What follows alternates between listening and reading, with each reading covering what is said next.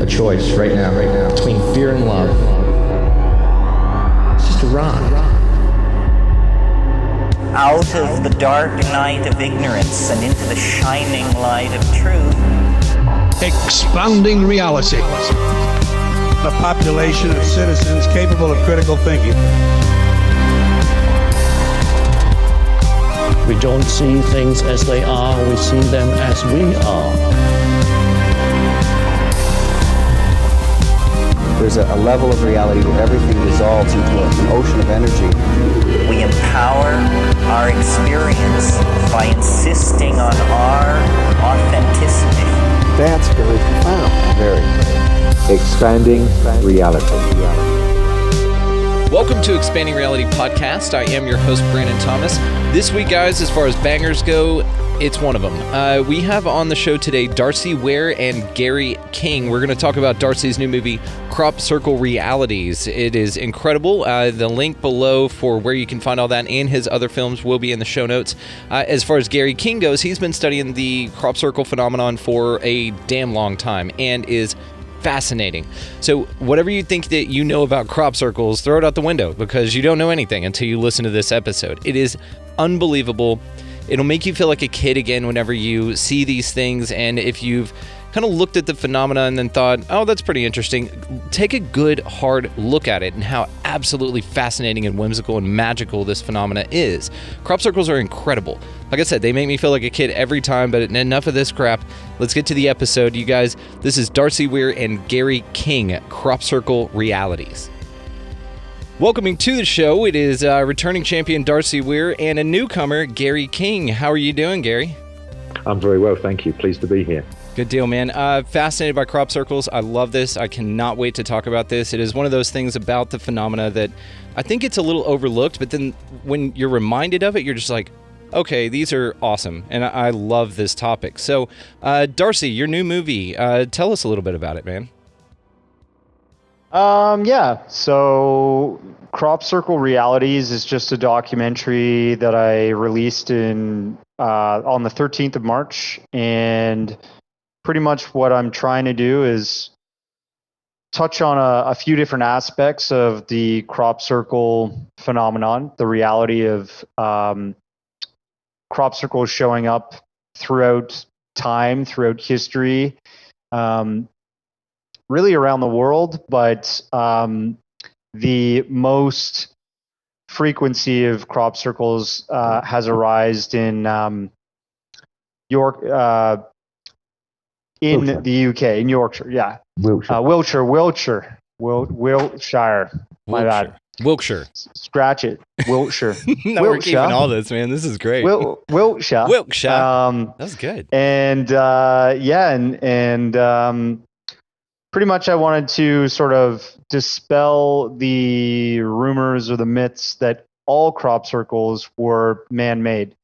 I think that assumption really hurts the crop circle analysis that's been going on for better part of like 30 plus years. And Gary King has been studying them for over 25 years, and I featured him in there because he's basically walked in himself into over 900 crop circles that have appeared over the years, which is astounding. And he's done analysis of them as he walks in, and many of the features that you find in them point to some kind of intelligence creating them that aren't using wood boards and ropes. Now, there's been a bit of a campaign to destroy the study of these and destroy the interest in these from mainstream media. For example, National Geographic made a documentary trying to say they're all man-made, and with clever editing and such, they don't really discuss the full time that it took to make them, or how many people were involved in producing them. But I think time and time over time and time again over history, we keep seeing these incredible crop circle designs, these not just crop circles, but we'll just call them glyphs because, some of them are rectangles with faces and binary code messages and all kinds of intense, incredible things to behold that, I think more people should know about. And if they watch the doc, they'll learn a bit more. Completely agree. I think good luck taking the interest out of them because they're fascinating. I mean, you just look at it for 2 seconds, you're just like, this is incredible. So some of the stuff that has come out about the hoaxers, so that Doug Bauer and Dave Turley, is that correct? Chorley. Okay. Chorley. And Chorley? Chorley. Chorley. Chorley. Okay. Chorley. Yeah. And so those guys, when they came out with their sticks and boards or their strings and boards and all that stuff, and were saying that they were responsible for these, what I like about the film, and Gary, I'll ask you about this because you have seen so many of them. Now, one of the best breakdowns that I saw was one that you guys took a look at. I think it was April 22nd, 2017, with the one with the cube, the three-dimensional cube in it, and then the spiral arms around the outside of it. And that was in the yellow field, the yellow flower field. And I love how you got down in there, and Darcy, was that your idea to get down in there and to actually have Gary walk you through why they're significant and what's interesting about it? He's been reporting on those for a number of years for Jaime Maussan, and Jaime Maussan was featured in this doc, the research that he's been doing, but in Congress with all the stuff that Gary's been doing. So it was more so Gary's collaboration with Jaime to go and analyze that formation. Yeah. Well, Gary, your breakdown on this is fantastic, man. I think that the way that you approach it and the way you go about it, it's very well done. The research that you do is incredibly observational research. You've seen some that have been fake, and then you've seen the legit that we still don't know what they are. And we'll talk about the orbs and stuff here in a little bit. But walk me through what you saw in that as how you know that it wasn't man-made for the audience here.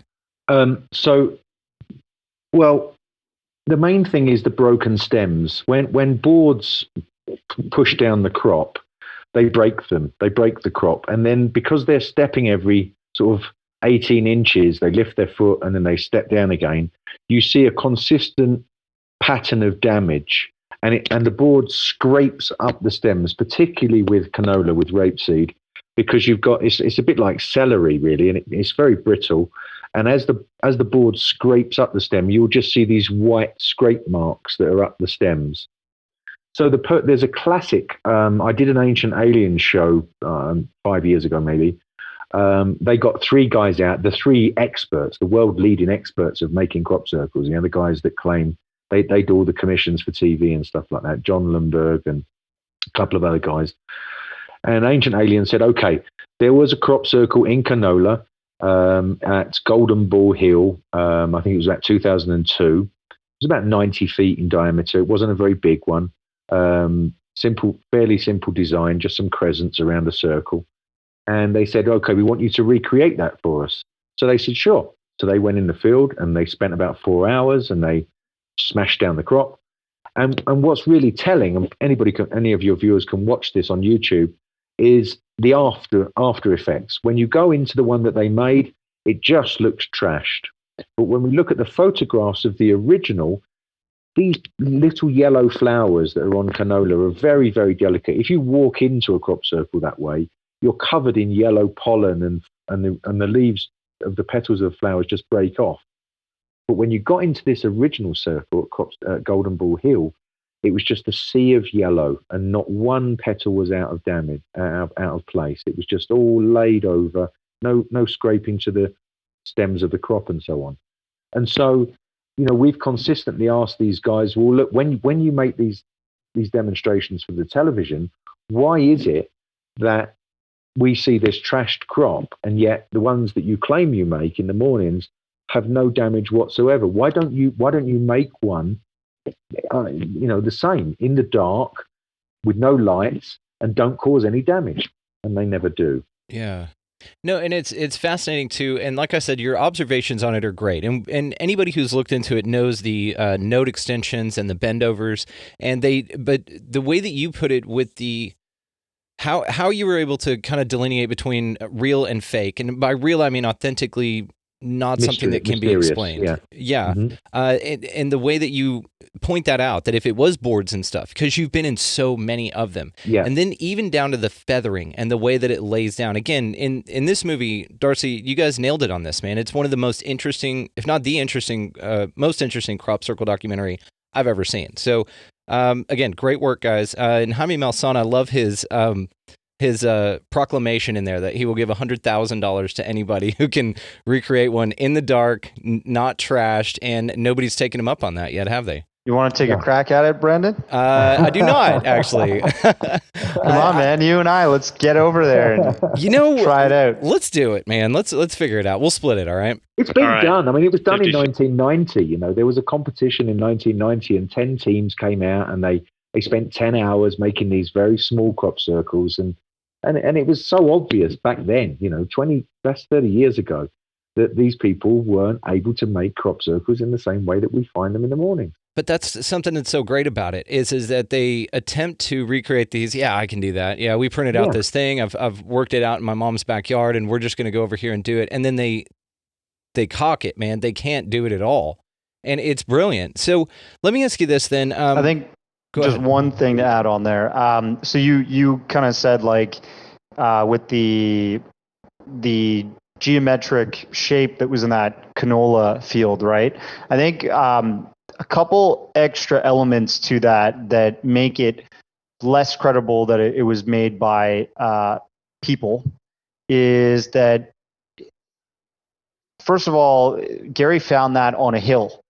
So this is on an inclination, you know? And when you're trying to make something look perfect from the sky, symmetrical, right? You can't really do that to precision if you're building on a hill, on an inclination.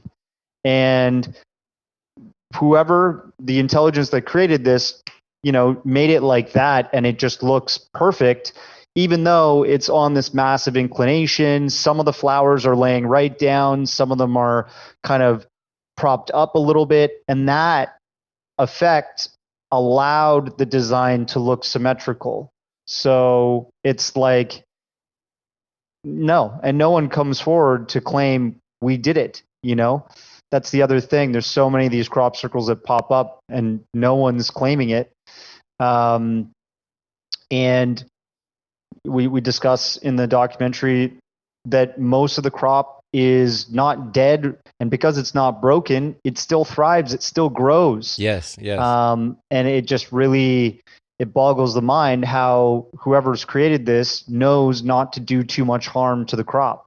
They're literally trying to lay this message and then, you know, let the farmers still have some kind of yield out of that. So really, you know, intriguing, that sort of point. If you see somebody's broken the crop, you know that's not going to grow anymore. And again, this is made in many different types of crop. People think, oh, they're all just made in hay. And it's like, no, it's made in wheat, barley, canola. You know, the canola stems are the size of celery stalk. Okay, that's not really an easy medium to play with there. And with the flowers and everything, they're super brittle, and you would just completely destroy the design that you're trying to make if you're trying to be delicate. As a man with a board and rope, it just doesn't pan out that way. So yeah, I just wanted to add that extra little information. No, and thank you, because that was one of the most interesting parts about it, and I just forgot to mention it. So, it's interesting, and like I said, your observations, Gary, are fantastic. And one thing to the farmers, really quick, is that the people who grow these crops are pissed off about it. Like, they don't want this to happen. Now, the interesting part about that is that they've never caught anybody doing it, right? That's right.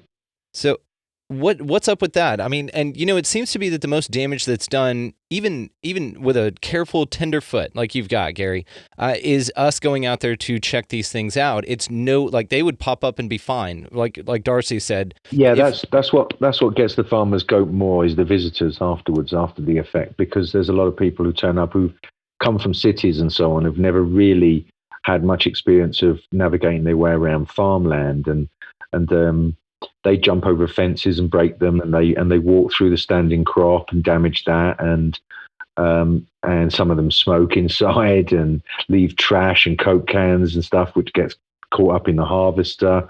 So there is a consistent percentage, about 10% of farmers who are very, very angry every time they get a crop circle, and some of them have made a kind of pact together now that when they get one, they cut them out immediately. Although that doesn't stop people going in their fields because they see something and they walk out and investigate anyway. Right. And then there are lovely farmers who see it as something that's a kind of change to this, they do the same things day in, day out, and when they have a crop circle, it's something new, right? So they leave a donation box and donate it to the local charity and things like this. So we get a mixture of reactions, really. Yeah. I've had shotguns pulled on me. I've had people invite me for dinner. It's you never know. And Jaime Maussan talked about that in the film, that one of the local farmers that he went to visit had a donation box, and then they donated it to cancer research. I thought that was brilliant. That's great. Brilliant. Yeah. And it's a great way to go about it. So, Gary, let me ask you, how did you get involved in this? What was the first time that you got interested in this? It was 1997. Back in October 96, I kind of burnt out. I was a lawyer. Marriage wasn't doing very well, and things weren't going well in life. And so I thought I need to take a break. I'm very stressed out. So during the time off, I was, going to yoga classes and Tai Chi classes and meditation classes and doing all that sort of stuff. And then in July 97, it was about June 97, I met this teacher from America, this Tai Chi teacher. And he was over from America to look at the crop circles as well as do some seminars and workshops. So I said to him, I'd love to tag along. And so he called me up, and we went over to Wiltshire one day. I lived 70 miles away from the actual hotspot area at that time. And when we got there, there'd been a fresh crop circle the night before. And I walked into that crop circle with him, and he, like you see me do now, he was able to point out various things to me which I would never have seen based on his experience. He'd been coming over from the States for about 4 years before that. And I was just really, really intrigued. I think one of the biggest things was I felt something other when I got inside it. My colleague, Professor Michael Glickman, who I worked with extensively for many years, he felt the same when he went into his first crop circle. He just said there's this change in atmosphere when you step inside, and you can sort of feel it, And I wanted to know more.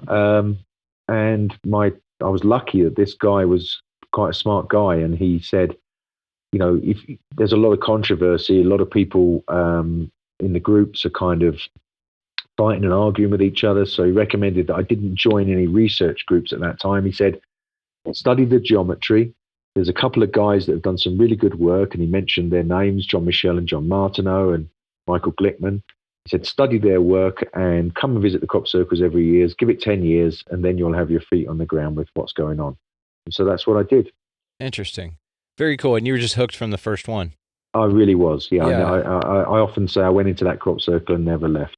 I can understand, man. I haven't seen one yet, but I would love to. That's on my list. Darcy and I are going to make one, and we're going to go check that out. And we're flying out to London, and we're going to go check out some crop circles next summer. How about that? Yeah. That'll be the one.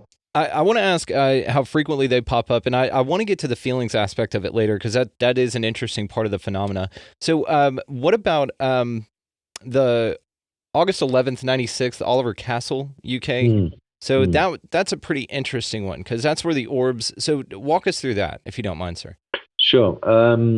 So this was a year before I got involved in the crop circle. So all the reports I got about what went on from other researchers that I became friends with and eventually worked with, they sort of told me what happened on around that event, and then I was able to examine laboratory analysis of the footage that was sent to London to be analysed to see if it had been faked and so on. So essentially, a 19-year-old kid who'd come over from Australia to sort of hang out and look around the crop circles decided to do a night watch. He asked several people. There was a pub in those days where everybody used to hang out to meet for the crop circles. Andrew Buckley? No. The guy's name from Australia? Oh, yeah. What was his name again? Oh, his name is John Whaley. John Wiley. Whaley. Is it Wiley or Whaley? Whaley. John Whaley. Okay. John Whaley. I did a bit of research on him, by the way. I think he's like a big time like CEO for some oil and gas company now in Australia. Yeah. Is that right? Anyways. Wow. Well, it'd be nice to try and catch up with him. He got blown away that time. He wanted to do a night watch. He was asking people around the pub if anybody wanted to join him, but nobody did because everybody knew it was going to be rainy and cold that night. But he went anyway and set his tent up, and he was in his tent. I think he said he was sleeping around 4 a.m. just before the light, just as the light was coming up, and he was woken by some strange high-pitched tones. And he looked out of his tent and he just saw these orbs flying around. So he grabbed his camcorder, 1996 mini DV camcorder, and aimed it at the field and just started filming.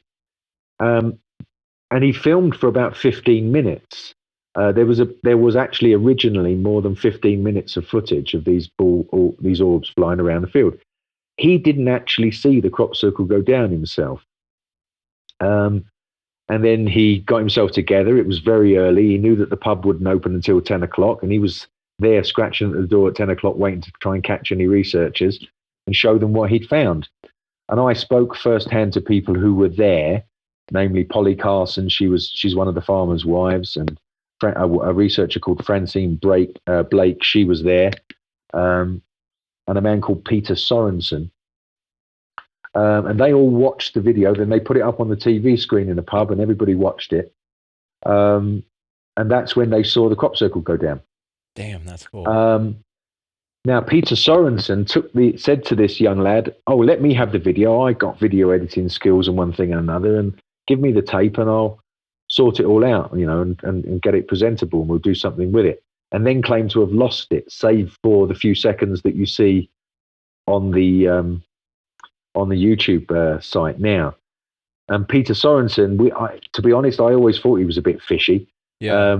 And then years later, he came out as one of these guys who claimed he made all of them. At first, he was coming over every year from America and saying he was a researcher and he was interested in sacred geometry. But then years later, now he's a drunk who can't even lift his feet up to get inside a car, really, and says he makes all the crop circles. So he's another one of those kind of... I believe we call those wankas. Wankers, that's right. We call these people wankers. That's exactly right, mate. Very good, Darcy. I'm thinking of things, well, I'll have my things to say. All right, I'm going to dive in here and say wanker. I love it. Okay. Wankers, yeah. I'm ready. Darcy, how did you and Gary meet, man?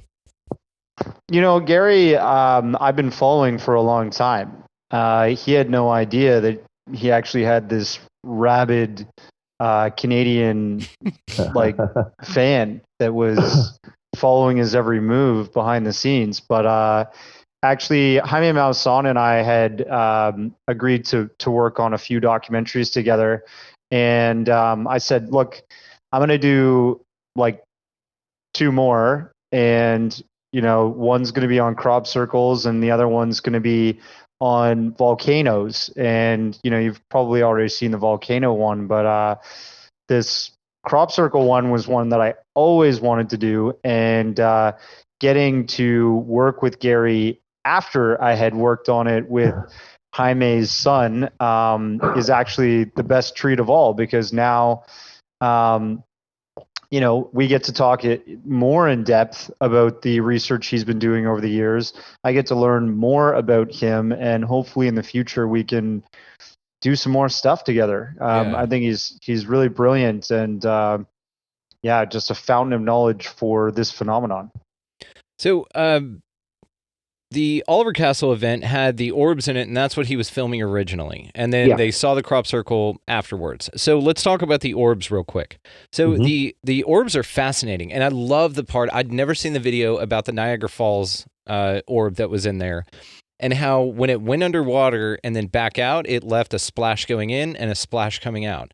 Pretty hard to fake. That's pretty interesting, man. I thought that was fascinating, and I'd never seen that before. So what is our take on the orbs here? What does that have to do with it? Well, I mean, that's all the speculation, really, isn't it? We don't know what they are. They could be kind of drone things from bigger, larger UFOs. They could be elements from the Earth. They could be spirits.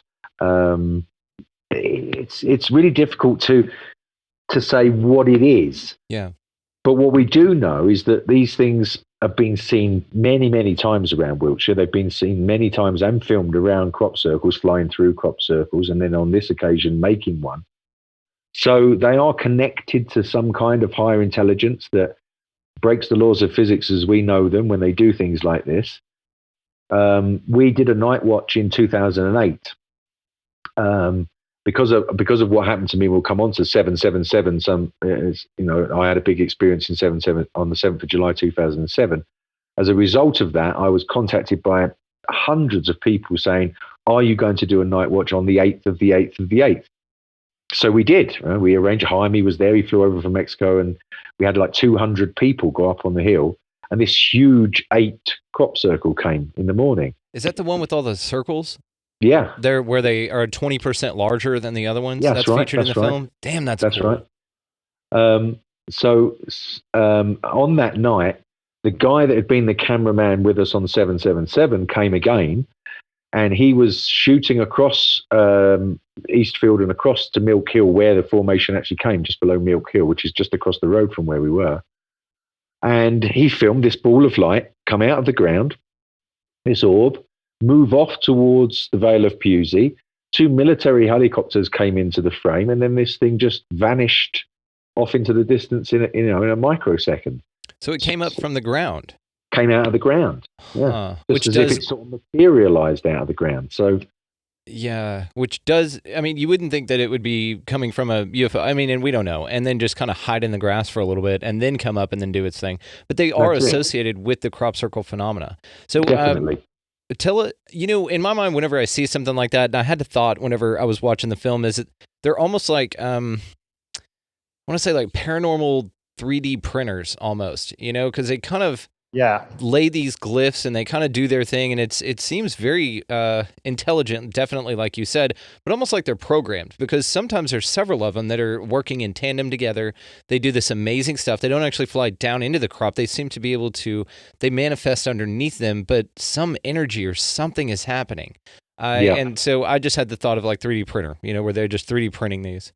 It seems like there's some kind of radiation being released in order for these crops to be laid down like that. And we discussed briefly W.C. Levengood, a gentleman from Michigan State, a physicist that analyzed crops that seemed to be laid down that were still growing, just to try and decode this mystery of what made them do this behavior, this action. And they noticed the nodes had kind of like had steam expelled from them, and there seemed to be like metal balls of metallic ore that had been pulled into the stems, because this sort of suction, some kind of physical thing happening where a little bit of steam was being released, and then the elements were being sort of sucked out of the soil into the stem. And he deduced that there was some kind of radiation being exposed to them to make them sort of just be flattened in that motion, that one fell swoop. And by all accounts, if you look over and over at these crops and the formations, the glyphs that are in them, it looks like they're 3D printed. Yeah. It looks like, and Gary had mentioned before drones. If you think about it, just theoretically, if you're a intelligent species or an intelligent extraterrestrial race that is watching, you've picked up our signals, you've picked up our probes that have gone into space, you've picked up radio signals and such that are just constantly, trashing the solar system around us because we're a pretty noisy group of individuals. Great way to put it.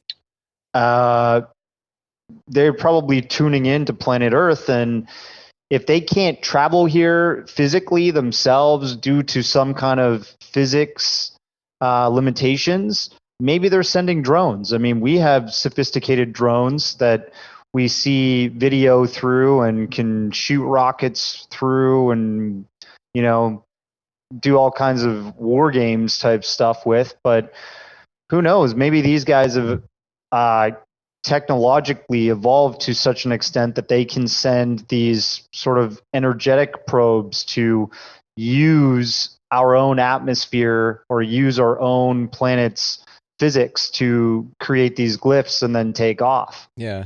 And I mean, it's like us. We've sent drones or robots to other, because, Mars is the only planet, right, 100% inhabited by robots, and they were sent there by us.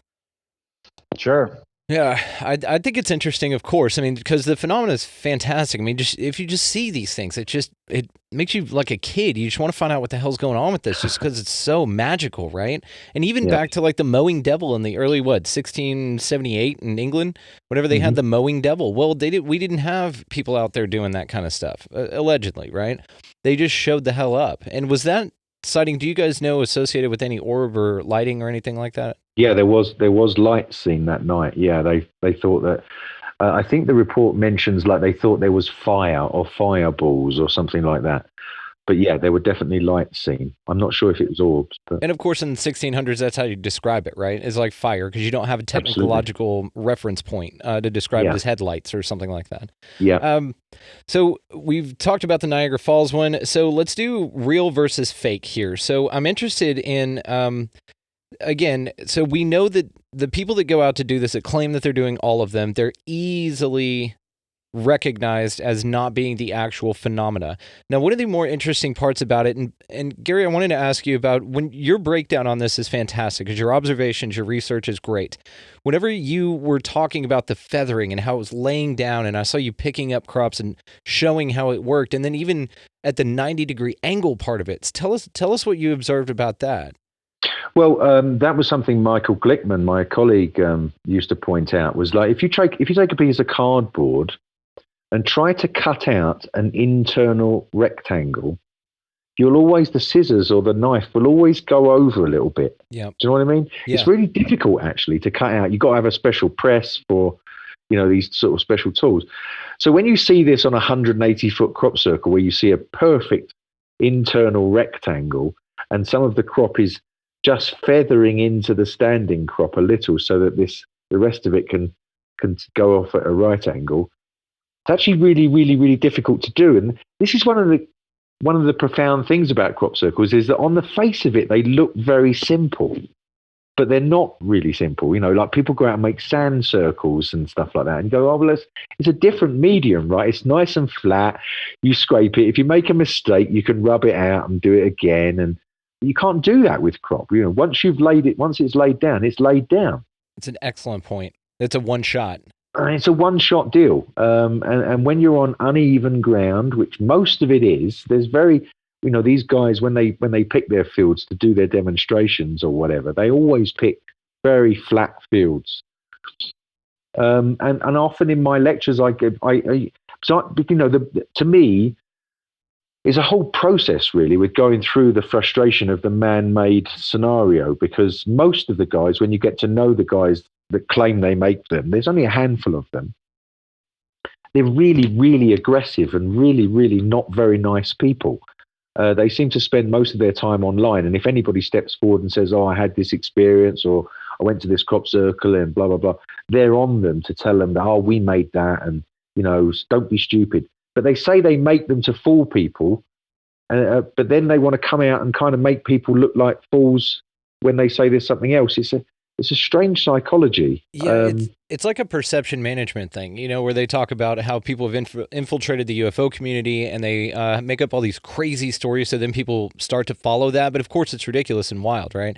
And it's almost like these people faking that stuff for like a men in overalls is how I'll put it, because they're crop circle guys instead of men in black. Maybe they're men in overalls. You know what I mean? I was trying to associate the farming thing with it, but it's almost like they're warning people off of looking into it any further and discrediting or perception management, the whole angle of it. It's interesting. No, I'll give you a story. Like this is what my teacher pointed out to me, and this was incredible. So after the first crop circle, we went to several others, and he said to me, okay, we walk into this crop circle now, give it 5 to 10 minutes, and someone's going to walk in and walk directly over to you and say, I know the guys who made this, right? And I was like, really? And he said, yeah, watch. And we walked in, and sure to form, it still happens to this day. There are these guys that are hanging out at the crop circle all day long, and as soon as some pilgrim comes along to walk inside the crop circle, they follow them in, and they walk over and they give them this line. Oh, yeah, my cousin's brother's uncle's, stepson made this, and then they give them this line. And people, they just want to shatter their illusions and convince them that there's nothing to look at here. It's interesting. All the time. It is an odd part of the phenomena. It is very odd. So tell me about Napil, your 777. I'm very interested. So that was an interesting one. I wanted to circle back. I wanted to crop circle back to that with you. Go ahead. Sure. Just one sec. I got a song for you guys. Oh, can we play this later? You want it later? No. I'm saying, is it copywritten? Because we can't air it. No, I mean, there's like a Men in Black song by Will Smith, and I just thought of one. Oh, how about this? It goes like this. Here comes the men in slacks. The crop circle defenders. Here comes the men in slacks. They won't let you understand what it is. All right. Don't give up your day job, Darcy. Sorry, man. I love it, and that was actually even better. So I didn't know if you were going to play the actual song. Unfortunately, copyright, they won't let us do that. But your breakdown on it was even better. I was actually going to say, just sing it for us, and you beat me to it. Hey, got you, man. All right, we'll go to 777 because that is honestly an amazing event. Oh, Darcy. Yeah, Darcy I Weir, can't. Doug. Doug and Dave, man, they're the worst. They're the worst men in slacks that have ever arisen throughout this phenomenon. Doug and Dave. Before I get on to 777, Doug and Dave. Freddie Silver wrote a lot about this, and Andy Thomas did a lot of research into the press agency called MBF Services that released the story, which went into a newspaper called Today. There was only one journalist who released this newspaper story about crop circles solved. It's two old guys, right? Doug and Dave. They've been having a laugh on the way home from the pub since the late 70s and trying to fool everybody. But here's the thing. Late 70s, crop circles get discovered by Colin Andrews, Pat Delgado, and a guy called Busty Taylor who had a plane. They all collaborated and started to research the early crop circles. And for 10 years, 11 years or more, nobody suggested that these things were being man-made. It wasn't even on the radar, okay? It was weather phenomenon. A meteorologist by the name of Terence Meaden came along and said, oh, yeah, this is weather. And then some Japanese guy came along and said, oh, this is ball lightning, right? It's ball lightning. It's bouncing off the hills and it's creating these kind of little mini tornadoes and making these circles. And everybody was discussing all these kinds of theories. And then in 1991, in the same field where 777 occurred, this field called East Field, a huge pictogram appeared. Not as big as the one you showed me earlier, but the first ever pictogram, which had straight lines and circles and keys coming off of it and all the rest of it. Same location. Same location. Now, Damn. What happened as a result of that is that these little lanes, these little roads in Wiltshire were completely filled up with cars. Thousands upon thousands upon thousands of people descended on Wiltshire when that hit the newspapers because they thought ET was here, right?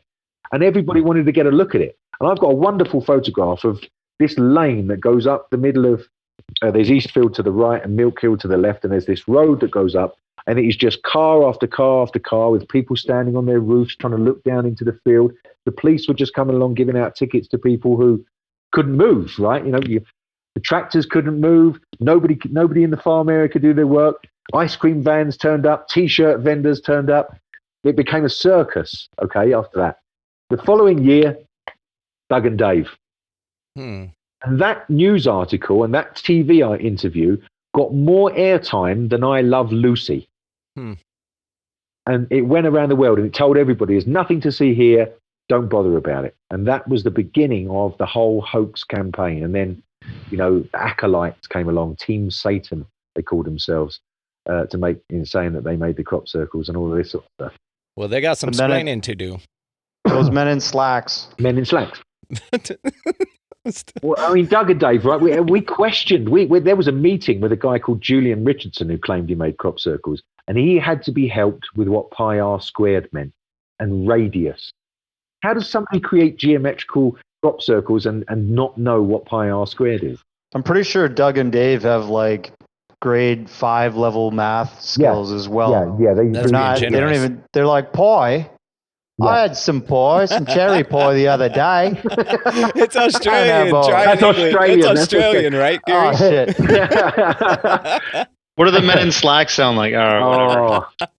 It's the country bumpkin kind of. That's what we call it, because I come from London, so we call it a country bumpkin sort of accent. Ooh, no, you don't want to do it like that. No. Oh, yeah.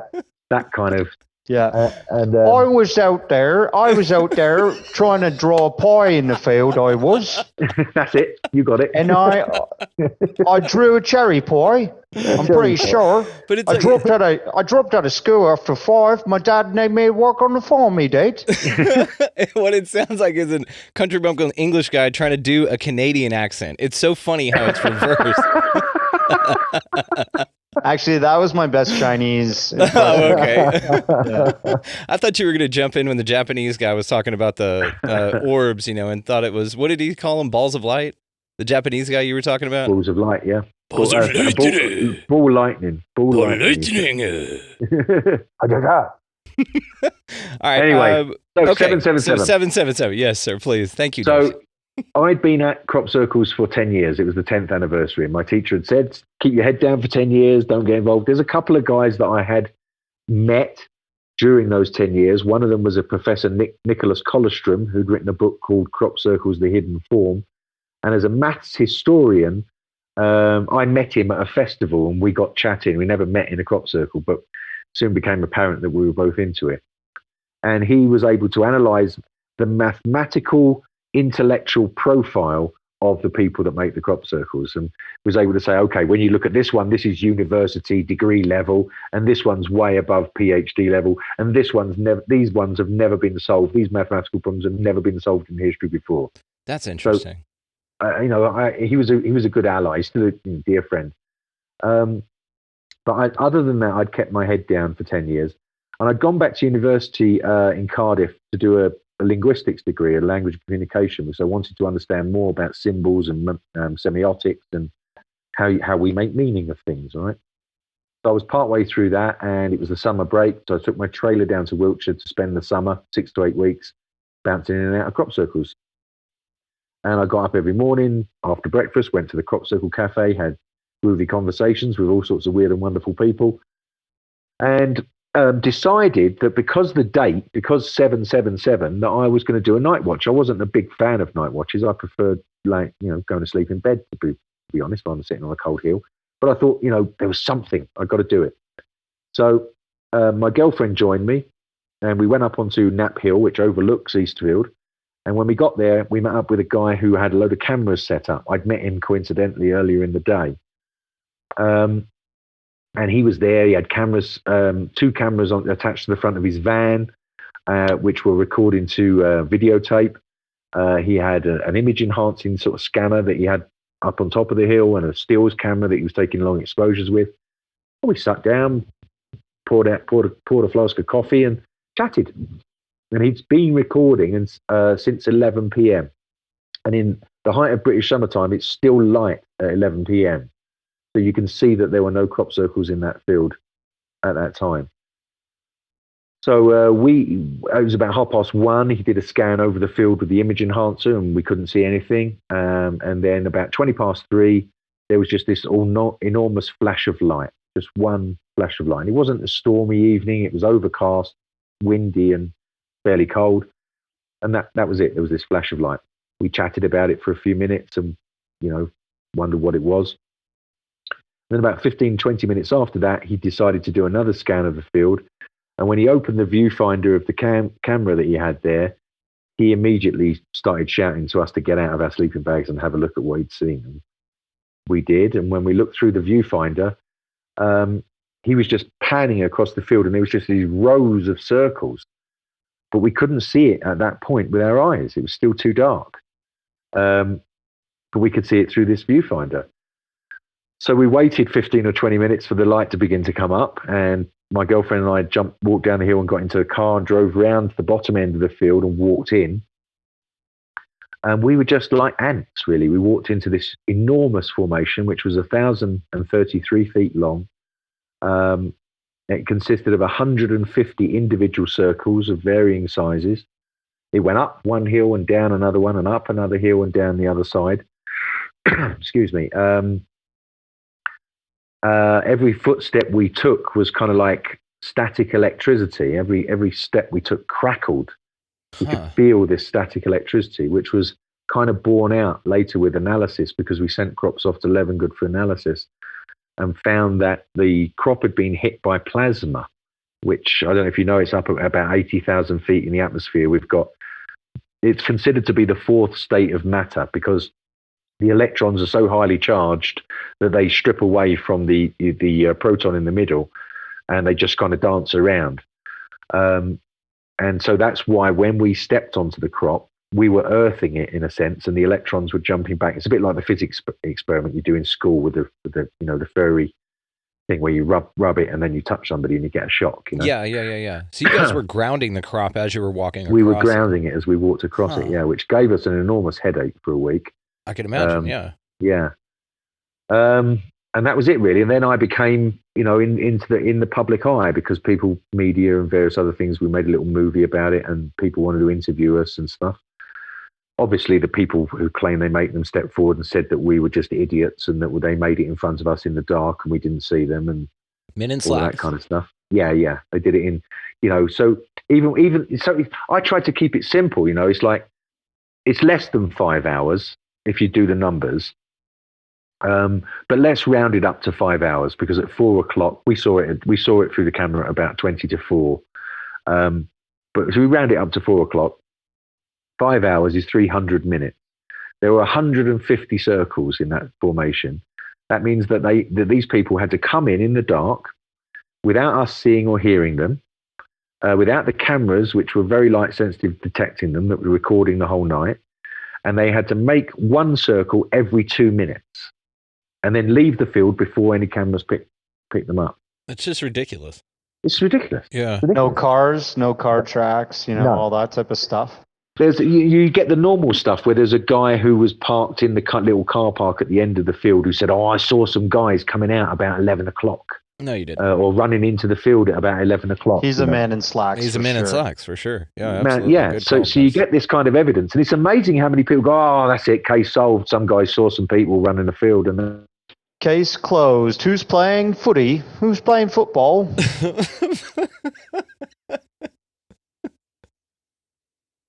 We got a bit of a lag there with Gare. Yeah, that's okay. I don't know if he's coming back, maybe. Still laughing about your Men in Slacks rendition there, Darcy. Thank you. You are officially the comic relief. Thank you. I appreciate that. You're welcome. You're welcome. It's so cool. This is such a cool topic, and especially to talk to you guys about it. I mean, this is awesome. I absolutely love it. Well, what was the first one that you saw that got you interested in crop circles? I think it was the Arecibo message. Have you ever seen that? Oh, yeah. We show it in the documentary. It's the Chilbolton crop circle formation. And what happened was in 1974, Carl Sagan sent this Arecibo space probe out there beyond Earth, And attached to it was a placard, a gold plate that had 10 different points of information.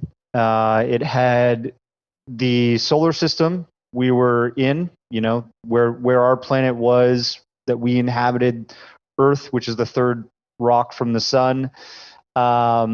It had our DNA profile. It had our the last point was the dish that we use to emit radio waves through the cosmos to pick up and receive and send out signals. And it just so happens that we got this message in the year of 2000, and it was this strange, like sort of double massive sphere crop circle formation, but had like hundreds of other little circles connecting up to those two, like this massive design. And if you look up Chilbolton crop circles, you'll see what I mean if you Google it. And then the next year, everybody was wondering what that design stood for, right? And the next year, in 2001, there was this full glyph that was like a rectangular pattern, and it had the exact line-for-line response to the Arecibo space probe's 10 points that they had on there in the same size and formatting. And it shows their bodily form, which was a little bit different from ours. It showed their DNA structure, which apparently had silicone in it. It showed their technology that they used to emit and receive signals from space, and that was the microwave dish. And that same design at the bottom of this glyph is the one that showed up the year before. They were just trying to say this is a microwave dish. And actually this was found in a crop location that has a dish it has a radio wave dish like right beside it. Yeah. So it's like they're saying, hey guys, we're here. This is who we are. We come from this place, and this is our DNA, and we got your message, and we're putting it right beside one of your satellite dishes that you use for space, receiving space signals. So it was like just nailing it right on the head. And there was also a face that arrived in that same location with a disc that had sort of binary code around it. And, the face looked very extraterrestrial in nature. It didn't look like a human bust. But, old Doug and Dave Chorley, they're at it again. And it's so detailed and it's so interesting, and especially the Arecibo message back whenever they responded to it, it said that they were inhabiting 3 planets around their star, and it even said all this really cool information. I think that it's fantastic, man, and it's fascinating just how complex, how interesting, and I want to ask you guys about what you think they're telling us, what the messages are that they're sending, because this is what it is. And even Stephen Bassett, he says, what's the message in your movie? And he says that, maybe the crop circle itself is a message because it's there. Because it exists, that's the message. What do you think? What do you think they're trying to tell us? I think Gary can elaborate on that, but I would just say straight up, like it's a calling card saying we're watching you. Mm-hmm. We see what you're doing, and we're here too. You're not alone. Yeah, that's the sort of first step, really, isn't it? When you've established for yourself that it isn't a man-made enterprise and that there's something genuinely mysterious going on here. I've often used the analogy of living in an apartment building and waking up in the morning and finding that some symbol's been pushed under your door, and you dive out into the corridor and you find all your neighbours are out there as well going, what the hell is this? Yeah. You look at the CCTV and you can't find anybody that's done it. And then the next night, another one shows up, and then another 3 show up the night after that. And every year after year, you keep getting these symbols pushed under the door, right? But you can't actually find out who's doing it. Well, at what point do you say, let's give up on trying to find out who's telling us or who's communicating with us, and let's try and focus on what these symbols mean. And so in my research, I've established that there are 5 categories of crop circles, of kind of themes. So the first one is obviously geometry. Now, the birth of Western civilization began with the Greeks. Before that, we were hunter-gatherers. There was only an oral tradition, writing, literature, agriculture, metrology, the measurement of things, all began in ancient Greece.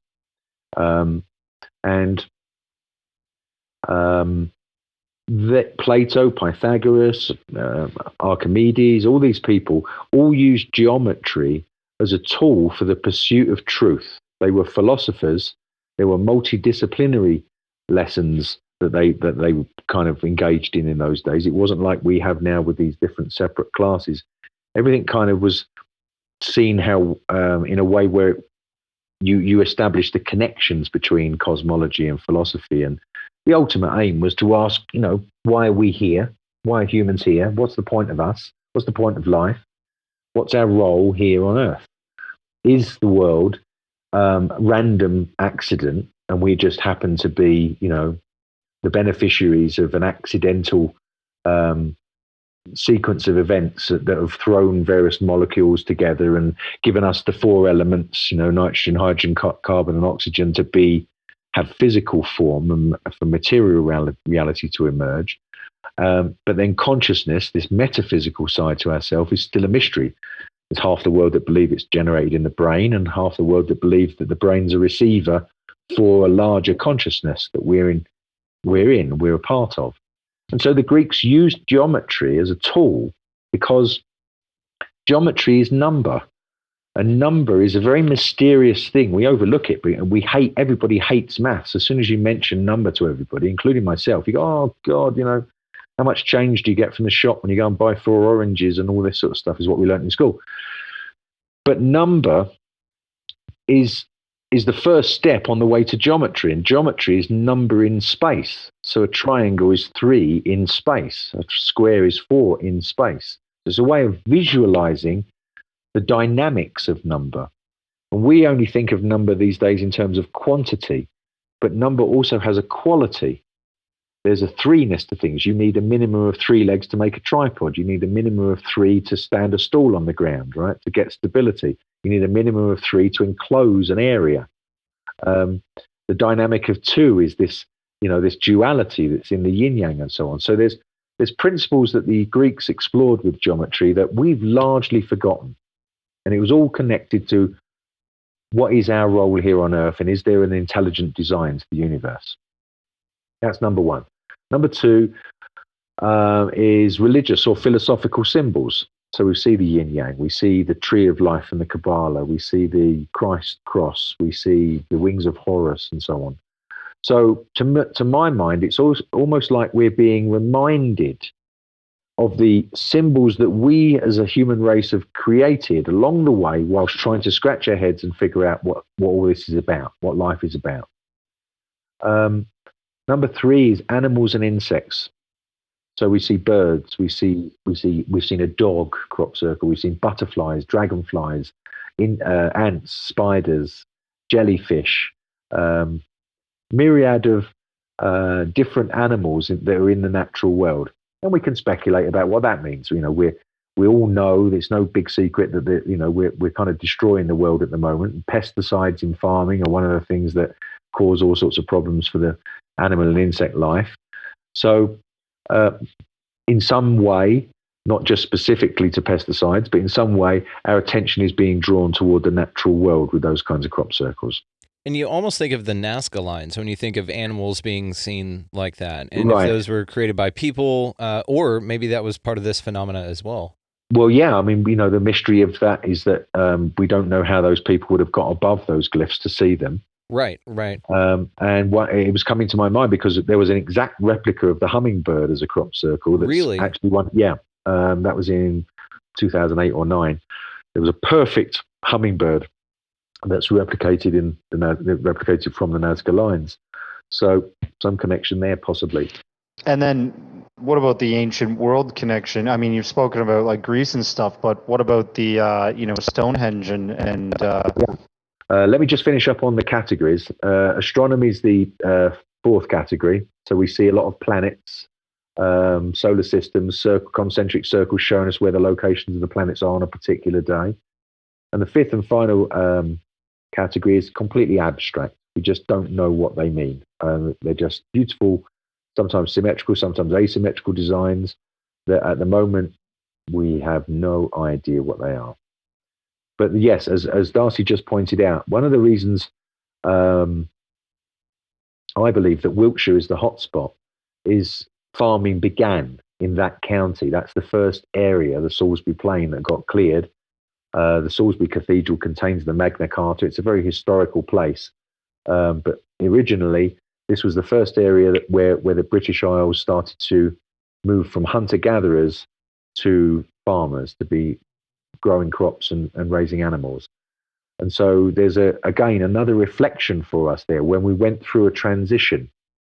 And I believe that's what the crop circles are talking about, that we have some kind of transition to go through to stop us destroying the world. I think we have to make the decisions for ourselves. But when these farmers settled there, they began to build these enigmatic stone circles like Stonehenge and Avebury and Silbury Hill. And at the moment, there's about 25% of the monuments that used to exist in Wiltshire that are still there. The Romans came and destroyed sort of 75% of them. Sons of bitches. Yeah, this Roman men in slacks. Roman men in slacks. So we know that, and if you go all around the British Isles, you go to Northern Ireland to a county called Sligo on the northwest coast of Ireland, there's 5,125 stone circles there, just in that one county, right? And they all contain... That's Sligo in Ireland? Sligo in Ireland, yes, in the west of Ireland, or northwest of Ireland. Let's 5,000. 5,000. I didn't mean to interrupt. Yeah. Darcy, say it in your Irish accent, buddy. Give me 1 second. It's Sligo? I'm from Sligo, We got 5,000. That's a Scottish. 5, that is a Scottish guy doing a Canadian accent. All right, we'll move on. It'll come to me. Okay, apologies. I didn't mean to interrupt you. Yeah, let me just finish up on that. So the stone circles are a mystery from the old. Yeah. And one of the things that we found, I've worked very closely with a man called Robin Heath.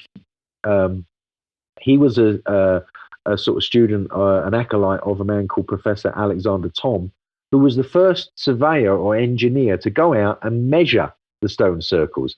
Archaeologists very rarely have anything other than O-level maths, right? So they just dig stuff up and talk about aging and so on, right? But they don't actually do any engineering work or surveying work. So this Alexander Thom went out and he kind of got the theodolite out and lined up these stone circles with the sunrise or sunset and solstice and then measured them and worked out the geometry inside them and established that they weren't just randomly built. They're built to very, very precise geometry based on something like the Vesica Pisces, which is 2 overlapping circles. And we find all of that implicit hidden geometry inside crop circles. So there is a connection between what these people were up to and the methods they were using, the geometry they were using to create these stone circles, and the methods that underlies the design that underpins the actual design that we see in the crop circle in modern day times. So it's amazing. It is so cool. Have you heard of the thought that I think I forget the damn name, but this guy did some research onto the hinges and things like that, and he said that people actually used to use them for seed germination. Like they would go put a bag of seeds there, travel from all over the world, put a bag of seeds there, go to bed or something like that, wake up in the morning, take them back to their home country, and they yielded 5 times as much. Just having spent some time. There's 2 great stories I can tell you there. A dear friend of mine called Glenn Cameron. He runs a company called Journeys with Soul. They take people around the sacred sites on tours, and he's into earth energies. And he did some brilliant research. He found that Wiltshire's the land underneath it is chalk, It's just like white, the chalk that you use for your blackboard. Okay, it's Like the Cliffs of Dover. like the cliffs of Dover. Nice. And so it contains all these underwater aquifers, underground aquifers, these water channels that run underneath the fields, right? And he plotted where crop circles appear to where these underwater channels are. And he found that 98% of crop circles appear above these water channels. Damn. Now, water in the summertime, when it gets hot, it recedes from the surface of the ground. In the winter, it can come above and flood, but in the summertime, it recedes. And as the water recedes from the surface of the ground, there's an electric potential. That piezoelectricity. Piezoelectricity. And we know that electricity is one of the energies that we found responsible for what lays the wheat over. There's electricity present in the analysis. So he goes into Avebury Stone Circle, and I think it's at the solstice. I'd need to confirm this with him. And there's one stone in the center of Avebury. It's the biggest stone circle in Europe. And he puts a bag of seeds there. And he's done controlled experiments where he's kept some seeds away from there, and he's planted those seeds, and they're higher yielding. Yeah. Right? Just left overnight in this one place in the stone circle. Incredible. Now, here's the catch. Levengood, when he found out that what happens is the crop circle, whatever the energy is that impacts the plants, happens at any stage of maturity of that plant. So it can be when it's fully mature and just about to be harvested, or it can be when it's green, or it can be somewhere in the middle. Now, he found that if it's when the crop is ready for harvest, it dehydrates the plants completely, and the seeds are very, very dehydrated and won't actually yield very much. And the same if it's too green. But there's a balance point. There's a sweet spot. Yeah. That's it. That's the word, that phrase I was looking for. There's a sweet spot in the middle where if the crop circle energy hits at that time, the plants actually yield more when you plant the seeds, right? So here's the proof of this. Levengood, as a result of establishing this, began to experiment with applying electrical impulses to seeds and then planting them. And he could increase the yield of a wheat plant by 10% and patented the idea. You can't get anything patented unless it works. Yeah. And he patented the technology. So the crop circles are actually teaching us how to make more from the seeds. And Levengood, you can check this out, it's on BLT research. Levengood actually designed a little experiment in the lab and ended up patenting a process where you can get more yield from seeds as a result of what he found. Damn. Wow. Darcy, did you know any of this? No, man. And that's I was going to be in part 2 of Crop Circle Realities. Please. That, and then you have to do the reenactment of the Men in Slacks. Me and you will do that. That'll be fun. For sure. So let me ask you, though, have they found that any of these farmers, I know that they're not real happy about having these markings, and I don't know that they're necessarily unhappy that whoever does this, but they're not happy about the people that come in, right? So there's no issue that they've got with the actual phenomena creating this because it doesn't damage the crops at all. The only thing it does do is draw, researchers and dickheads to it to go check it out. So has there been anything with the crops, with the field and the crops themselves after one of these has happened, and maybe an increase in yield on those particular properties? No, because what happens is the crop gets harvested completely, and then the winter comes, and that kills off everything that's above ground. What we do find is we get a phenomenon what we call ghosts. So I did a piece for Mexican TV a couple of weeks ago on the phenomenon itself. So we get so you'll plant a crop in the field will be in wheat, and there'll be a geometrical crop circle in it, and then that gets harvested, and then it all goes away, and you've just got the soil there for the winter. And then the snow will fall in February, and the whole landscape is white except for the area where the crop circle was, and you can still see all the geometry. Really? Yeah. Holy shit. Darcy, do you know that? Yeah, and then Clayton Hill, right, is the one that I believe it's Clayton Hill in 2017 and 2018. Clay Hill, it's called. Clay Hill. And 2017, this massive geometric shape shows up. And was that in... That was in wheat. Wheat, okay. And then farmer, deals with that, mows it, takes his yield. And then the next year in 2018, the same farmer is growing now canola. So there's the flowers, and in the exact same place is a ghost image of the crop circle from the year before. What? Literally the exact same thing, and the canola wasn't able to grow back in that same area. So what, if this is just men in slacks running around with boards and rope flattening these complex formations, it shouldn't have this extra effect of creating these ghost images a year later where they obviously have not returned to do anything. Yeah, and no, because I can walk across my yard out here and I leave footprints on it. But I mean, in a day they're gone, or when I mow the lawn they're gone, and like you can't see a bunch of paths out here whenever I'm, the next year or something like that. And if the snow came, it wouldn't leave your footprints, right? It would snow everywhere.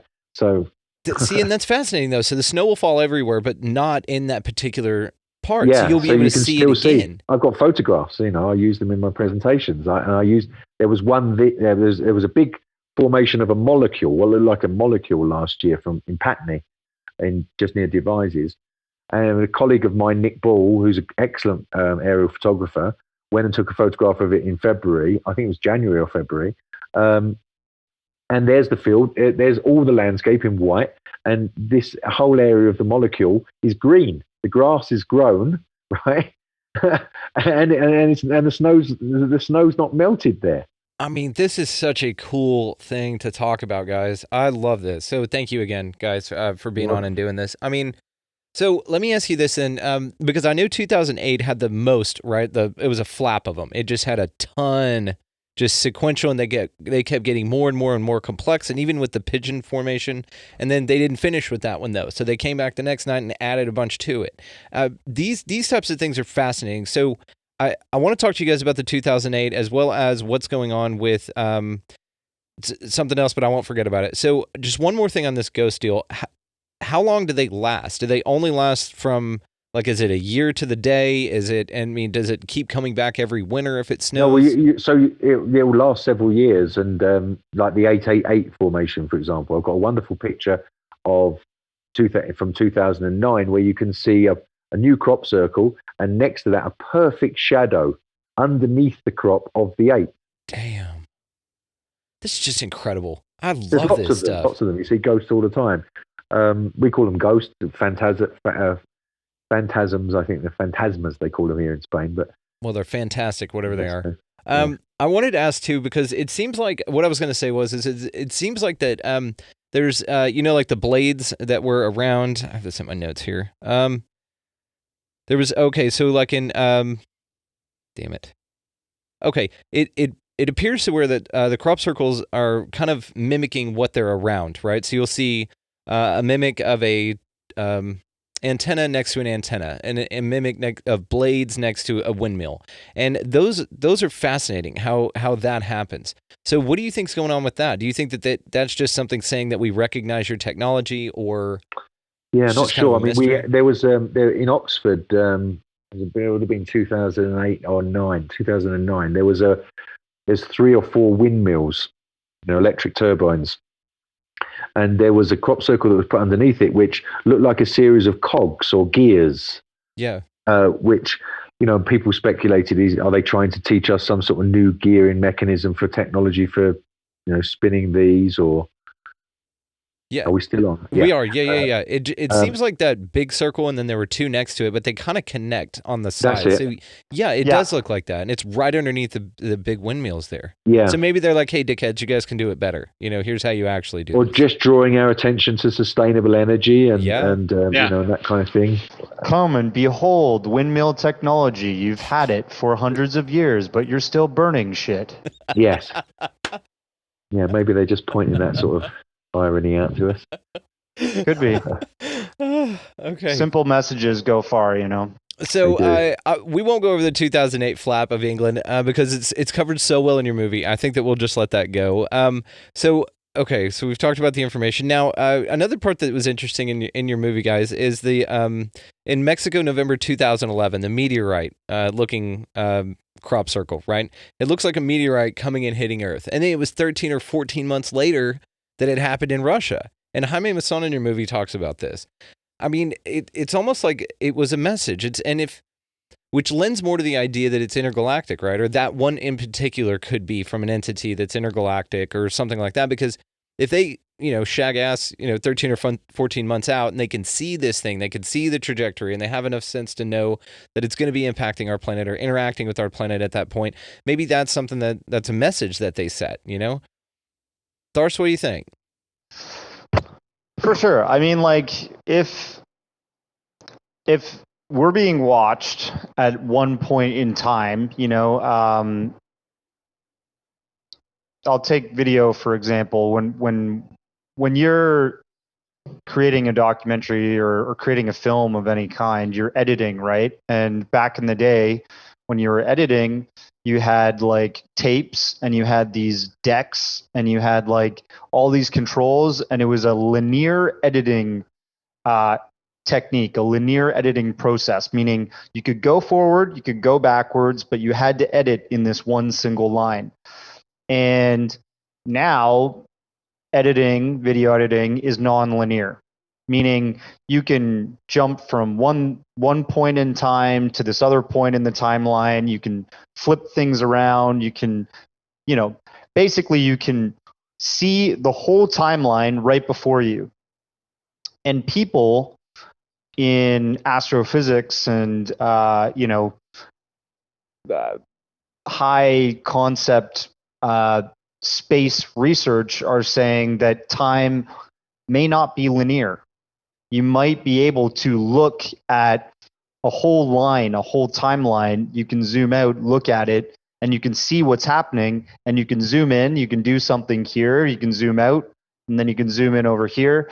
And so it's very possible that when you're looking in the universe at another planet and it's very far away, you literally have that ability to look at a whole timeline before you, and you can intercept at certain points of the timeline and send a message. And crop circles has this very, to me, it has this very like Truman Show type of effect to it. It almost makes you feel like you're living in a bubble more than anything else because of these glyphs that are showing up that are only visible from above. Like it just seems so complex, and it seems like it's a message that's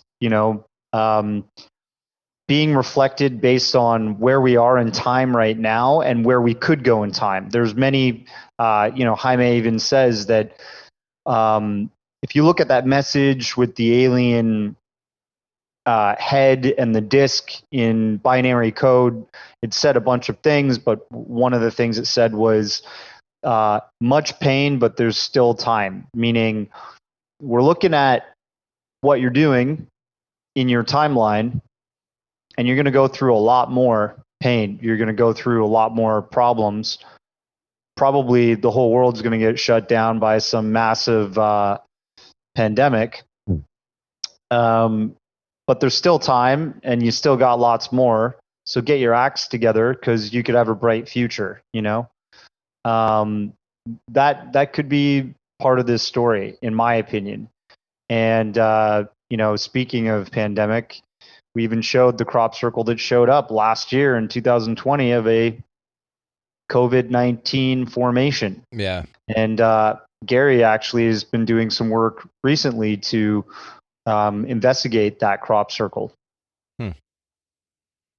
Yeah, it's almost like that theory about the chronovisor. We've heard of that, right? The chronovisor that the U.S. government has or governments have, and that they could see different points of time and stuff like that. Project Looking Glass. Yes, there you go. Okay. Something like that. Yeah, I think chronovisor is just so cool. I knew you were on your shit. So Gary, what do you think about the one that was found last year?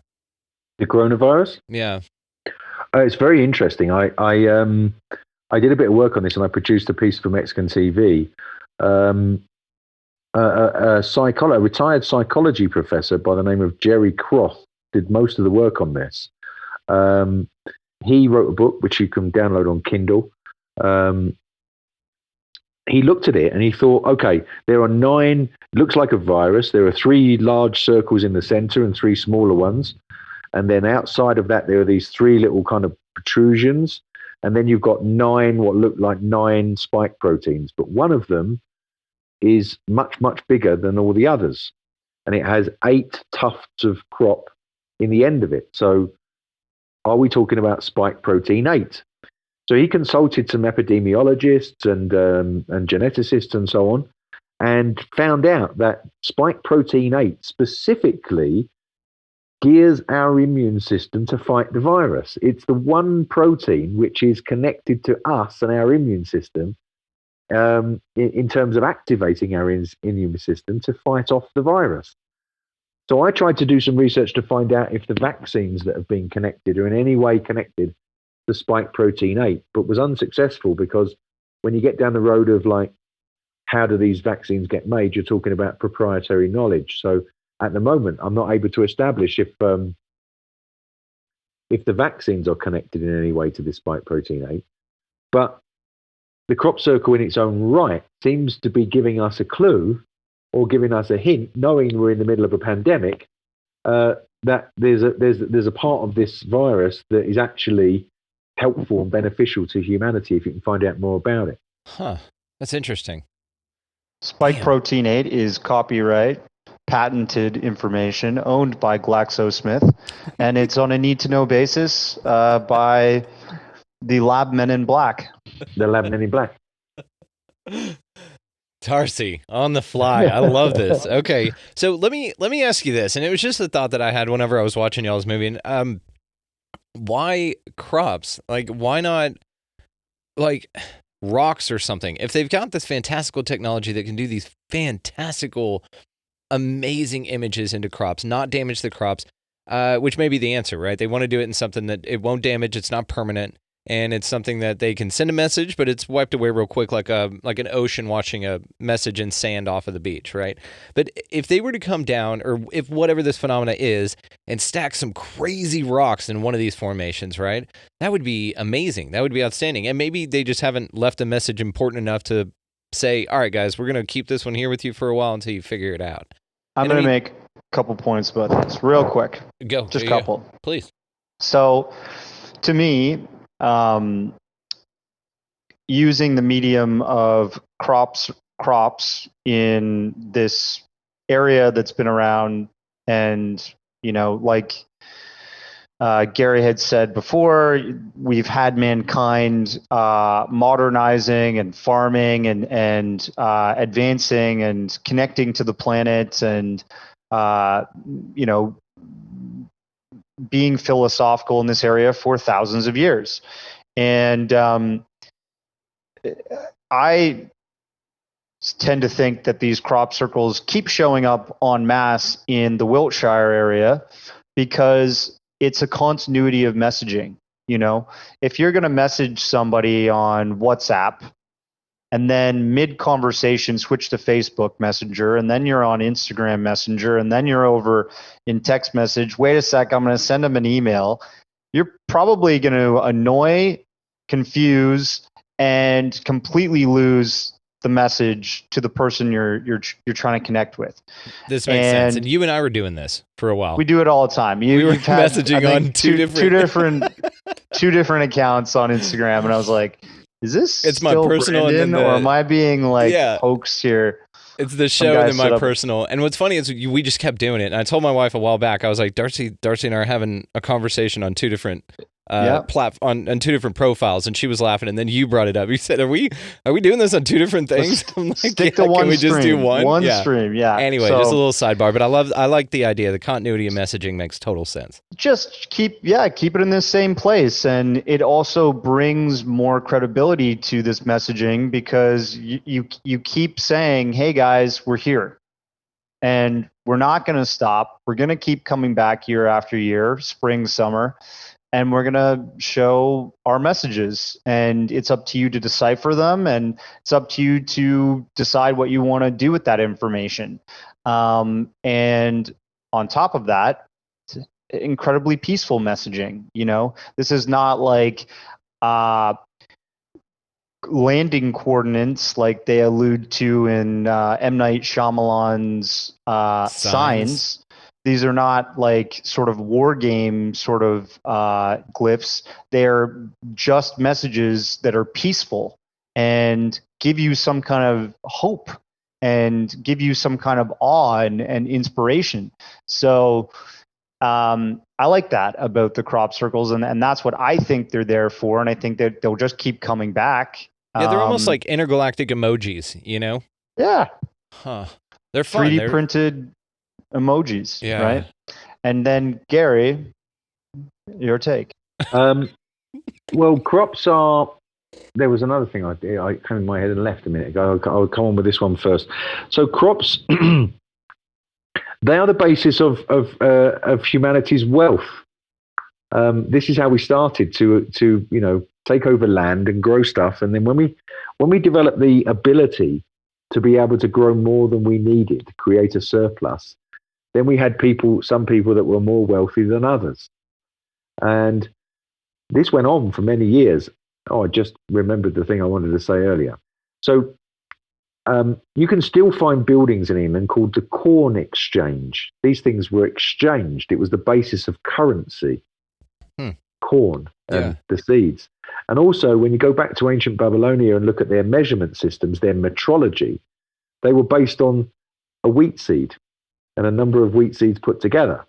So a lot of our civilization, as we know it today, stemmed from this fact of moving from hunter-gatherers to crop husbandry. Stemmed from, I see what you did there. Agriculture, yeah. Agriculture. And then when we got to a point in time where we'd done very well from this, and the British Isles is obviously, we took a load of slaves from Africa and we settled them down in Virginia, 1 million slaves to grow tobacco, and then we took others to the Caribbean to grow sugar cane, and these crops became hugely, hugely wealthy, made the elites of Great Britain become hugely, hugely wealthy, and create arguably the biggest empire that came after the Romans and the Greeks. So where we are today, where if we were to reflect on, okay, how did we get here? Right, we're in the world of MacBooks and iPads and technology, and AI's come in and all of these things. It came from these humble beginnings of growing a surplus of grain. It's very poignant, in my view, to the human story. If we were being asked to reflect on what's brought us to where we are, what are the good things and what are the bad things, maybe, crops are one of them. It's an excellent point. I didn't even think about it, but you guys both make incredibly good points. That makes complete sense now that you say that. And it is kind of like the core of it. Now, I wanted to ask, because Göbekli Tepe is older than the area in which this is occurring. Do you think that if we excavate more of that area, we'll find maybe some hints that things like this have been happening there as well? Because now it's just desert. It's in Turkey, but it's like 12,000 years old, and it's purported to be one of the first actual settlements, so therefore they needed agriculture. Therefore, that may have been a major hub for agriculture at that time. Yeah. So I love the mystery of Göbekli Tepe. I got some really good friends who who research the monuments around the world. One of them's here now in Mexico.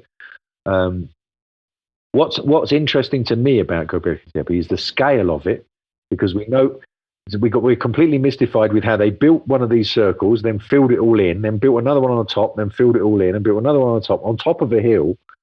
They went to these enormous, and they've reliefed carved. Yeah, the negative reliefs on there. The negative reliefs of animals, and you've got the same sort of fingers that you find at Easter Island that come around the bottom. You've got abstract symbols. Lots of abstract symbols, and I've forgotten the name of the main German researcher that discovered them in '96. Oh, don't do this. I know it, but I can't think of it right now. At the moment. Okay, that's okay. But because I like linguistics and communication. One of the things that he came up with, which I find very interesting, is: have you ever come across the phrase multivalent? No. So it means that something has more than one meaning. Oh, okay. Okay, so he likens it a bit to dreaming. And this is where the shamanic cultures using psychedelics come in, because, you get multiple different things happening, and some of these symbols joined together can mean more than one thing. So that's another element to the crop circles, in that there can be more than one meaning to a crop circle. There could be multiple meanings to a particular glyph, and that's that may be a way that our alien cousins, or whoever it is, the intelligence that's creating these things, they might communicate completely different to us, where we have these words which define kind of meanings which we look up in the dictionary, but to have a symbol that can convey multiple different messages is something we would have difficulty comprehending. But it seems our ancient ancestors dealt with that, and now maybe the crop circles are doing the same. And Shakespeare. And the English language, right? You could say there and there and there and there. Oh yeah, true. Shakespeare is just It was the Earl of Oxford. There we go. Britain needed to establish its the superior. It's written language strength around the world. Yeah, 60,000 new words created by a man who never went to school. Shakespeare. Yeah. Awesome. Incredible. Well, I make up words all the time, and they're like, people are like, "Man, that's a made-up word." I'm like, "All words are made up." Okay, so just exactly. Settle down.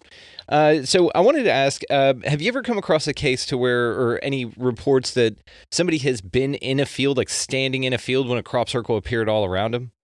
So in 888, no, what happened, the nearest we've got to that is on 888, when we were doing the night watch, a very dear friend of mine went into a field where the crop circle was actually eventually appeared. And I'm not sure if I can recall the exact description that she gave at the time, but it was like there was a shrilling noise and a sense of urgency that they needed to get out of the field. Yeah. Did she run? They ran, and then in the morning, that's when the crop circle was discovered. That's I'd cool. have to get in touch with her to get the exact details of the story. I can't recall all the exact details, but That'd be perfect. Into the field and they had to run. That would be a So perfect something scene more for a Jerry Bruckheimer film. Yeah, running out the field. Running, and the field is flattening behind them. They're like, Hurry up! We gotta get out here! Transformer crop circle is coming! If you guys need any regional voiceover work done, Darcy, I think this is going to be your demo reel. It's mostly I'll try my best. Other people impersonating Canadians is what you do well. So I like that. Thank you. So I love it. And the geometry of the squaring of the circle, the crop circle that you found in 2018, I think that is fascinating. So tell us a little bit about that, if you don't mind. Well, this is where unfortunately, when you start to talk about the golden ratio or the Fibonacci sequence or pi or the squaring of the circle, this is where people kind of glaze over and they go, "Oh no, I was never really good at maths at school."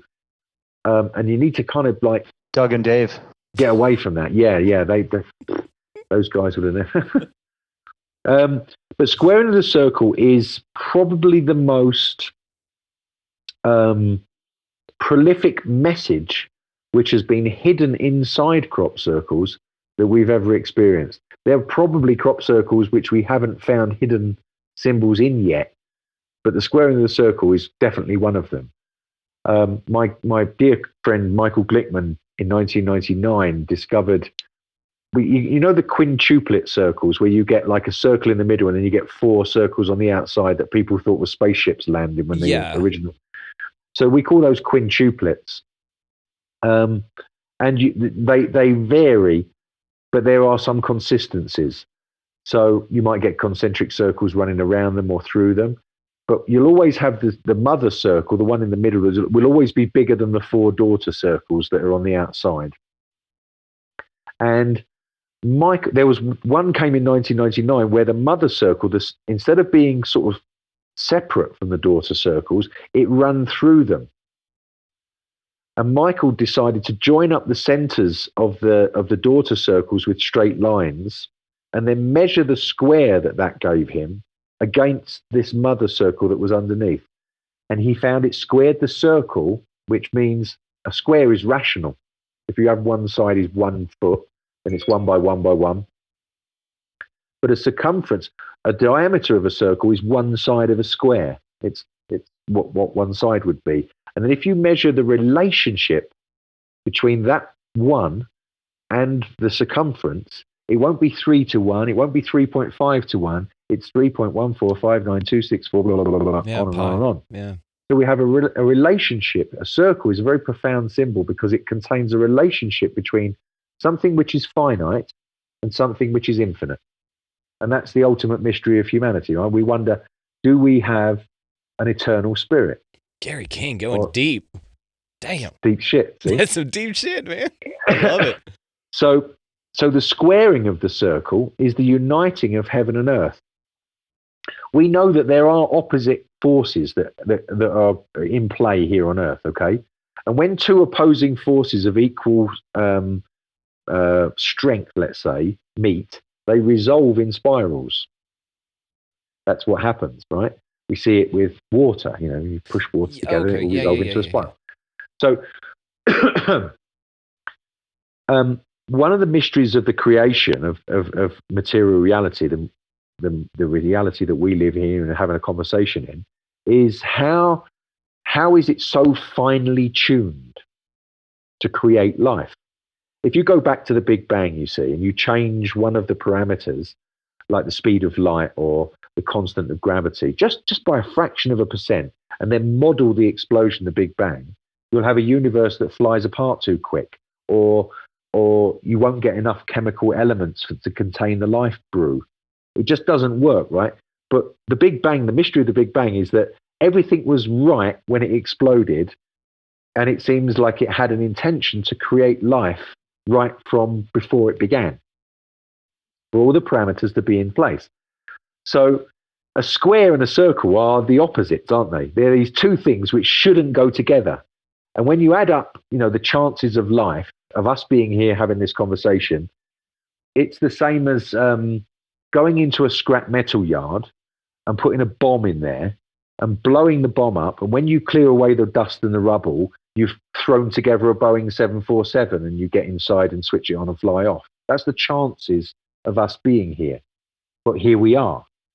And so this symbol of the square was taken to represent Earth because we have 4 elements, we have 4 directions, we have 4 seasons, and we use squares very extensively here on Earth, right? Circles don't work. When we build things, we build square bricks and we build square windows and we build square paving slabs, because if you try and put circles together, you'll always have tessellations, you'll always have gaps in the middle. The square is a very rational thing, which represents one side of our psyche, rationality.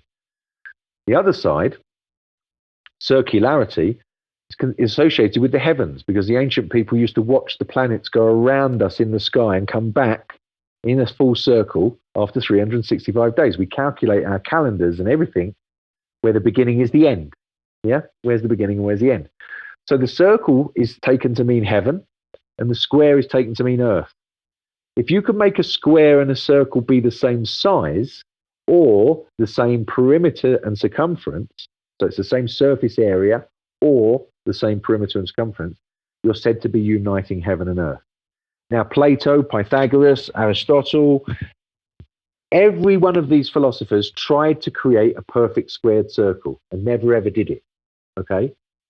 And in the French Academy, you can look this up, in the French Academy in the 1800s, they actually banned academics from trying to square the circle anymore because they said it was crazy, it can't be done. Just stupid. Why are you still trying to pursue this stupid exercise, right? But it's one of those exercises where every time you try it, you learn something. You learn something that you didn't think you would learn by the experience of trying. Anyway, when these crop circles came along, this five spots, this quintuplet, and Michael Glickman established that it squared the circle to 99.9% accuracy. It was accurate to the thickness of the pencil line.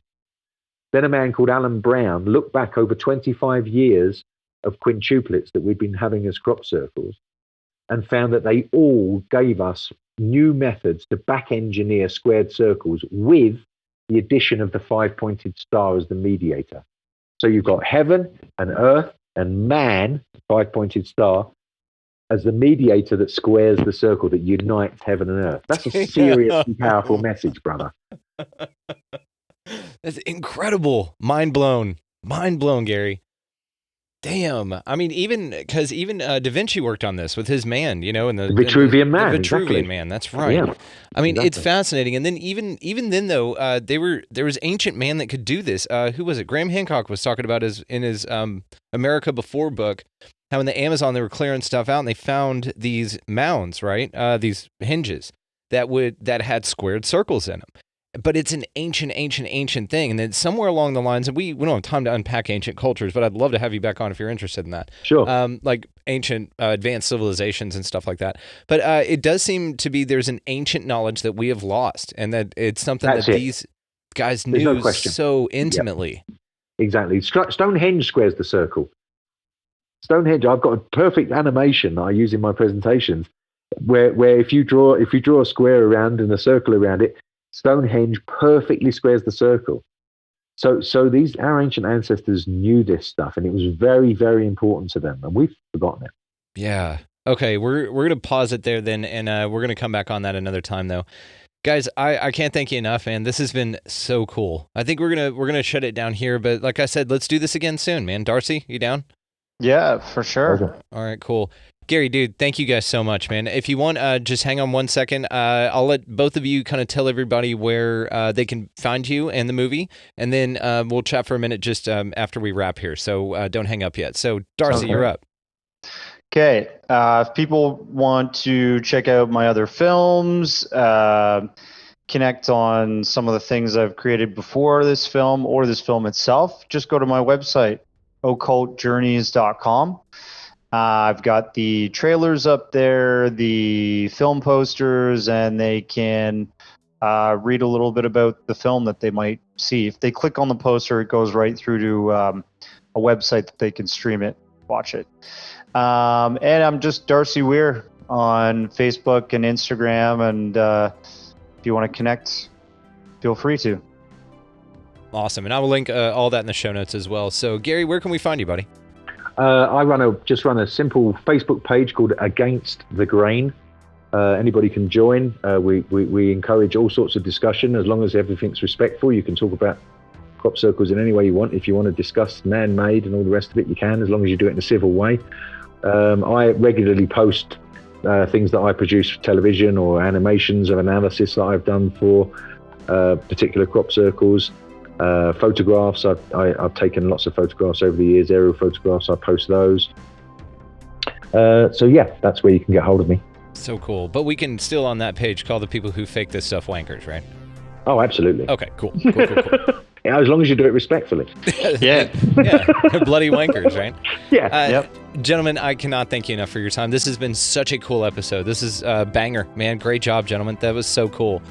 Just again, thank you guys so much. All of that will be linked down in the show notes. You guys just scroll down there. You know how to do it and check that out. Darcy Weir, Gary King, thank you so much. Pleasure. Thanks for having us, Brendan. You're the best. Huge thanks to Darcy Weir and Gary King for coming on and talking to us about crop circles. And the new movie Crop Circle Realities will be linked in the show notes below, and how to find all of Darcy's other films as well. Absolutely wonderful, guys. I love this concept. It is fascinating. Hopefully it has encouraged you guys to go out and look at these things as well. Just take a look at them. I'm hoping that crop circle tattoos will pop up all over the place. And if you want, send me those earlier on to the email here at expandingrealitypodcast@gmail.com, and I will verify that they are actually not made by those two dickheads that fake these things, and we'll get you some authentic ones before you guys get those things tattooed on your body, unlike all those Chinese tattoos that say other things than what you were told, and you know who you are, those people that have those. Shame on you. As for the show here, we do have a Patreon. You can go to patreon.com if you find the show valuable. Contribute as much or little as you want. Go to patreon.com, go to Expanding Reality, and that'll do it for you. As for the other parts of this show, you can of course find us at Facebook, Instagram, Twitter. The YouTube of this video and many more will be on YouTube at Expanding Reality. As well as if you want to contact the show directly, you can do so at expandingrealitypodcast@gmail.com. So like I said, guys, go out into the world, take this information, research some crop circles. They are so cool, so damn cool. And, pick up a piece of litter, buy a meal, or, book a stamps or something like that for somebody every now and then. Do something nice for some people. We're all in a this planet together. We live in a society. We're not, we're in this together, guys. So just go out there, and beyond all of that, man, just y'all be good to each other. We'll see you next time.